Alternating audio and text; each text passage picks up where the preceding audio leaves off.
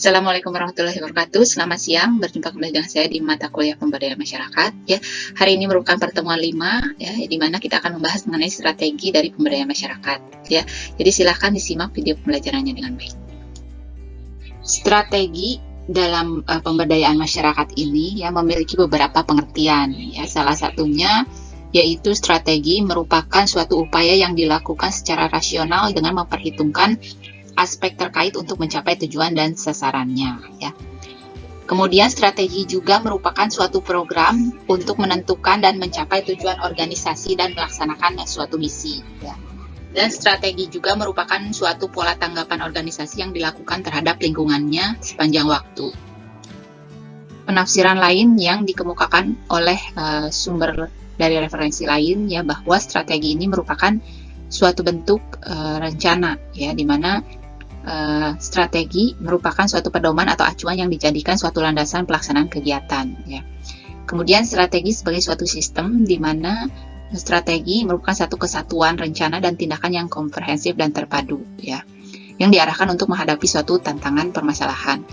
Kemudian strategi kegiatan sebagai suatu strategi untuk atau upaya yang dilakukan oleh setiap individu, organisasi, atau perusahaan untuk memenangkan suatu persaingan. Kemudian strategi sebagai suatu instrumen, ya, di mana strategi merupakan alat yang digunakan semua unsur pimpinan atau organisasi. Dan strategi sebagai pola pikir, ya, yang merupakan suatu tindakan yang dilandasi oleh wawasan yang luas. Bentuk-bentuk strategi pemberdayaan masyarakat juga tercipta ya dari beberapa macam aspek ya. Yang pertama adalah motivasi ya, di mana motivasi ini yang dilakukan oleh fasilitator ya untuk mengembangkan skill-skill atau kemampuan yang dipunyai oleh masyarakat ya. Dan tentunya juga motivasi adalah bertujuan untuk mendorong ya masyarakat untuk memecahkan permasalahan yang ada di dalam lingkungan masyarakatnya ya. Kemudian peningkatan kesadaran dan pelatihan kemampuan ya yang ditujukan untuk individu dari masyarakatnya ya untuk mengembangkan potensi-potensi yang dimiliki oleh individu maupun oleh komunitas lingkungannya ya.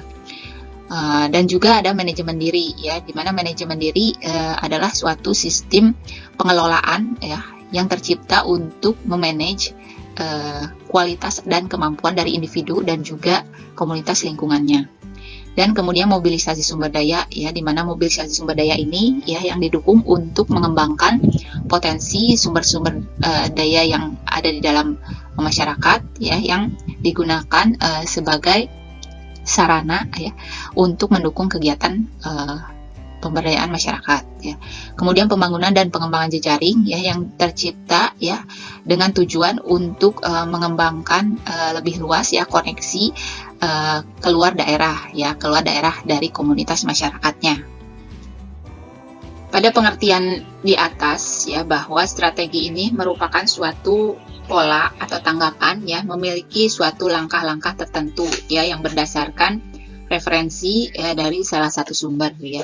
Di mana rumusan strategi ini ya diambil yang pertama rumusan strategi ini merupakan suatu pola keputusan yang konsisten lah dan menyatu serta integral ya, di mana tentunya rumusan strategi ini juga menentukan dan menampilkan suatu tujuan organisasi dalam artian skala panjang ya.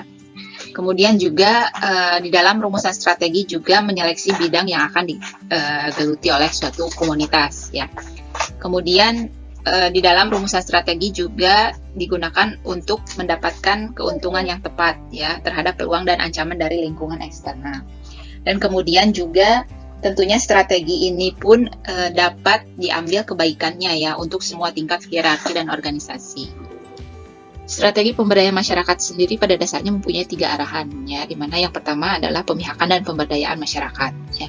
Kemudian yang kedua pemantapan otonomi dan pendelegasian wewenang dalam pengelolaan pembangunan ya, yang tujuannya untuk mengembangkan peran serta dari masyarakat. Kemudian yang ketiga adalah unsur modernisasi ya, melalui penajaman arah perubahan struktur sosial, ekonomi ya, budaya, politik yang bersumber pada partisipasi masyarakat. Kemudian selanjutnya disebutkan bahwa langkah-langkah untuk mencapai suatu strategi agar sukses ya, di mana strategi ini harus konsisten dengan lingkungan ya. Kemudian setiap organisasi tidak hanya membuat satu strategi ya, tetapi membuat berbagai macam alternatif ya untuk ide atau gagasannya ya. Kemudian strategi ini juga harus efektif ya. Hendaknya fokus terhadap satu kegiatan ya. Kemudian strategi hendaknya memusatkan perhatian ya pada apa yang menjadi sumber ide atau gagasannya ya. Kemudian sumber daya ya, dalam strategi merupakan suatu yang sangat kritis ya, dalam arti sangat penting. Strategi juga hendaknya disusun berdasarkan landasan keberhasilan yang telah dicapai ya.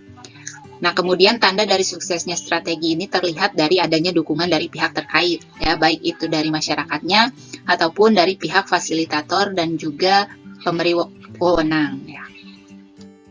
Di dalam proses pemberdayaan ya umumnya dilakukan secara kolektif ya, namun pada beberapa situasi strategi pemberdayaan ini juga dapat diberdayakan secara personal ya. Nah, kemudian ada juga beberapa konteks yang diambil dari suatu kegiatan ya, bahwa pemberdayaan ini dapat dilakukan melalui 3 aras ya, dalam arti empowerment setting ya. Yang pertama ini yaitu aras mikro ya, di mana pemberdayaan dilakukan kepada klien secara individu ya, melalui bimbingan, konseling ataupun stress management ya. Ini biasanya berlaku pada kegiatan sosial ya. Nah, tujuannya di sini juga adalah membimbing atau melatih klien dalam menjalankan tugas kehidupannya ya. Pendekatan yang berpusat pada tugas ya, di mana pendekatannya ini adalah task center approach. Kemudian selanjutnya adalah aras meso ya. Aras meso sendiri adalah pemberdayaan yang dilakukan terhadap sekelompok klien ya, di mana pemberdayaan ini menggunakan kelompok sebagai media intervensinya ya. Seperti contohnya pendidikan dan pelatihan ya. Menerapkan suatu bentuk strategi ya untuk meningkatkan kesadaran dan pengetahuan serta keterampilan dan sikap dari klien ya, agar memiliki kemampuan untuk memecahkan permasalahan. Kemudian selanjutnya adalah aras makro ya, maaf. Nah, makro di sini adalah strategi sistem besar ya. Strategi sistem besar ini tentunya sasarannya ini terhadap perubahan sistem lingkungan ya. Nah, kemudian strategi dari sistem besar ini memandang klien sebagai orang yang memiliki suatu kompetensi ya, di mana klien sangat berperan penting ya dalam proses pemberdayaan ini ya. Pelaksanaan dari strategi pemberdayaan masyarakat salah satunya adalah menyusun instrumen pengumpulan data ya, berupa informasi ya, hasil penelitian, kemudian referensi dan juga hasil temuan di lapangan. Kemudian membangun pemahaman dan komitmen ya, yang pada nantinya mendorong kemandirian dari individu, keluarga, dan juga masyarakatnya. Kemudian selanjutnya adalah mempersiapkan sistem informasi ya, seperti sistem analisis ya, monitoring dan evaluasi dari pemberdayaan individu, keluarga, ataupun masyarakat.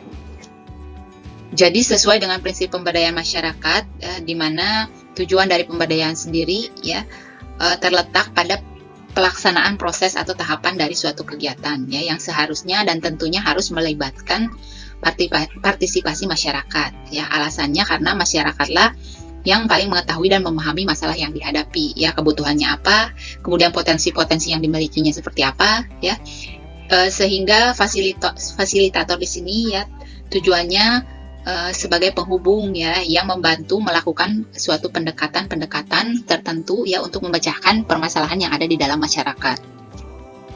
Pelaksanaan dari proses dan pencapaian tujuan pemberdayaan ini ya, salah satunya berdasarkan literatur terdapat pendekatan-pendekatan yang berlaku ya, yang disingkat menjadi 5P ya. Yaitu yang pertama adalah pemungkinan ya. Pemungkinan di sini menciptakan suasana atau iklim yang memungkinkan potensi masyarakat berkembang secara optimal ya. Dan tentunya pemberdayaan di sini harus mampu membebaskan masyarakat ya dari sekat-sekat kultural dan struktural yang menghambat ya. Kemudian yang kedua adalah penguatan ya. Penguatan di sini adalah untuk memperkuat pengetahuan dan kemampuan yang dimiliki oleh masyarakat dalam memecahkan suatu permasalahan. Kemudian yang ketiga adalah perlindungan, di mana perlindungan ini yaitu melindungi masyarakat ya, terutama kelompok lemah agar tidak tertindas dari kelompok yang kuat ya, dan menghindari terjadinya persaingan yang tidak seimbang ya, atau tidak sehat antar kelompok. Nah, di dalam perlindungan ini juga pemberdayaan harus diarahkan pada segala jenis diskriminasi dan dominasi ya, yang tentunya merugikan masyarakat kecil ya. Kemudian selanjutnya adalah penyokongan ya. Penyokongan di sini adalah memberikan suatu bimbingan atau dukungan ya agar masyarakat mampu menjalankan peran dan tugas kehidupannya. Kemudian pemeliharaan ya, di mana pemeliharaan ini untuk memelihara suatu kondisi agar tetap kondusif ya dan tetap terjadi keseimbangan antar kelompok ya. Jadi adanya kehidupan ya yang dinamis dan selaras dengan berbagai macam kegiatan di dalam masyarakat. Bentuk-bentuk upaya pemberdayaan masyarakat yang lain yang tercipta di dalam suatu proses pemberdayaan masyarakat ini ya seperti suasana yang kondusif ya, di mana masyarakat harus ikut andil ya untuk menciptakan suasana yang kondusif ya agar tercipta program-program pemberdayaan yang berkualitas ya. Kemudian potensi dan daya masyarakat sendiri ya yang digali berdasarkan sumber daya alam yang ada di dalam lingkungan masyarakat ya, serta kemampuan dari individu masyarakatnya sendiri. Kemudian nilai budaya kemasyarakatan ya yang tercermin dari pola-pola kehidupan bermasyarakat ya secara sosial maupun secara kultural.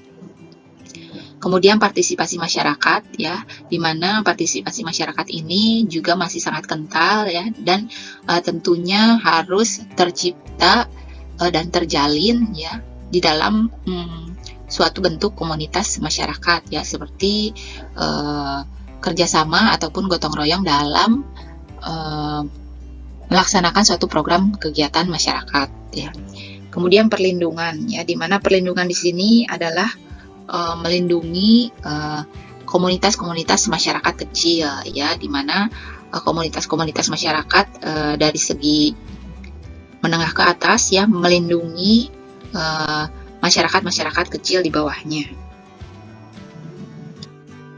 Nah, dalam hal konseptual tentunya pemberdayaan ini harus dijadikan suatu pembiasaan ya agar tetap berlangsung ya, berkelanjutan untuk mengembangkan program-program kegiatan masyarakat yang telah dibentuk ya. Salah satunya adalah pemberdayaan ini mencakup beberapa hal ya, di mana yang pertama adalah learning by doing ya, yang artinya adalah pemberdayaan sebagai proses belajar ya. Ada suatu tindakan yang terus-menerus dan dampaknya terlihat. Kemudian problem solving ya, problem solving di sini adalah pemberdayaan harus memberikan suatu pemecahan masalah ya yang tepat ya. Kemudian self evaluation ya, di mana pemberdayaan harus mampu mendorong seseorang atau kelompok untuk melakukan suatu evaluasi secara mandiri ya.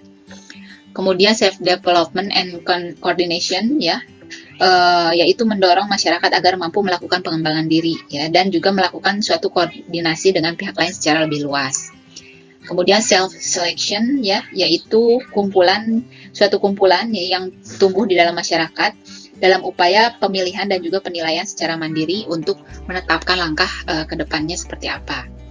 Nah, yang terakhir adalah self decision, yang artinya adalah memilih tindakan yang tepat ya, yang tentunya harus memiliki suatu nilai kepercayaan diri ya dalam memutuskan sesuatu secara mandiri. Proses pemberdayaan ini juga memiliki berbagai macam kecenderungan ya, yaitu salah satunya adalah proses pemberdayaan menekankan pada proses memberikan atau mengalihkan sebagian kekuasaan ya. Nah, di mana di dalam proses ini ada upaya untuk membangun suatu aset material yang mendukung pembangunan kemandirian melalui suatu organisasi. Yang terjadi adalah suatu bentuk kecenderungan primer dari suatu makna pemberdayaan.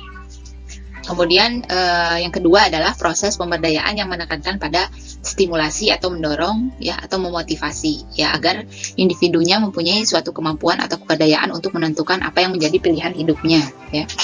Nah, tentunya di dalam proses pemberdayaan ini juga timbul kecenderungan sekunder ya. Dan kedua bentuk kecenderungan ini ya saling terkait ya.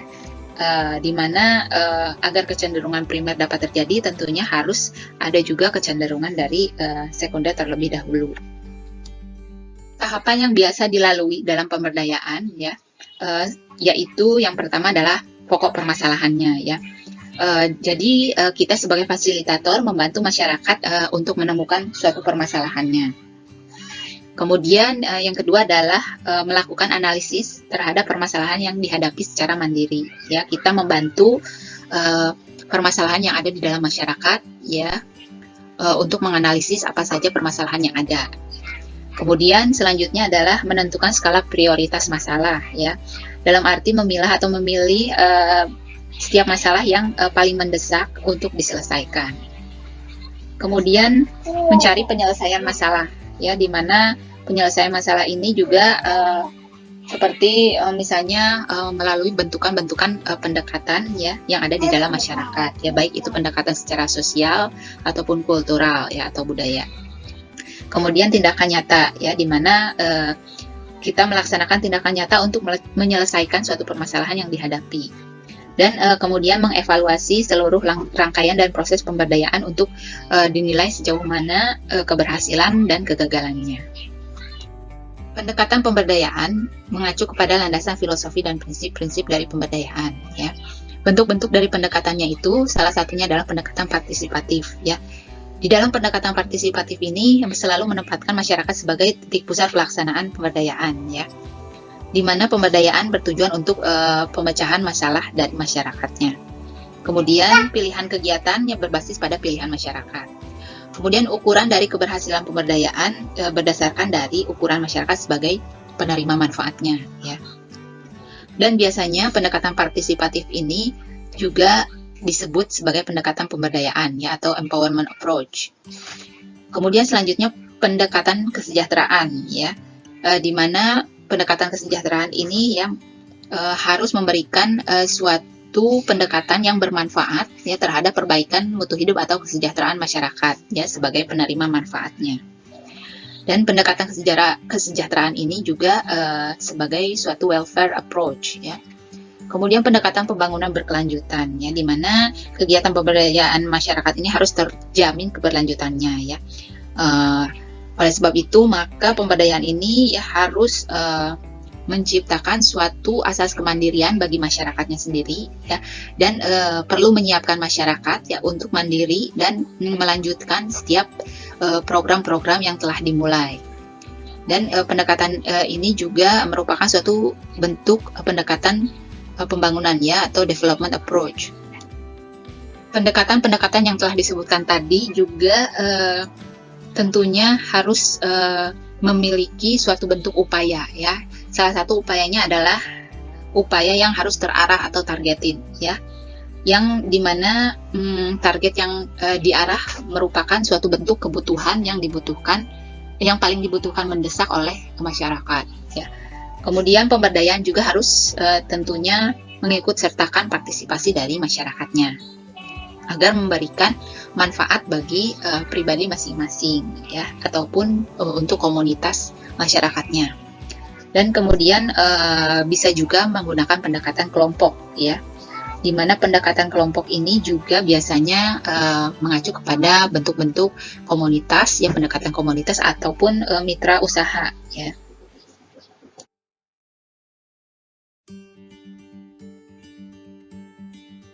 Ya, jadi sekian materi kuliah hari ini, ya. Jika ada pertanyaan silahkan ditanyakan, ya. Saya ucapkan terima kasih. Sampai jumpa minggu depan. Assalamualaikum warahmatullahi wabarakatuh. Selamat siang.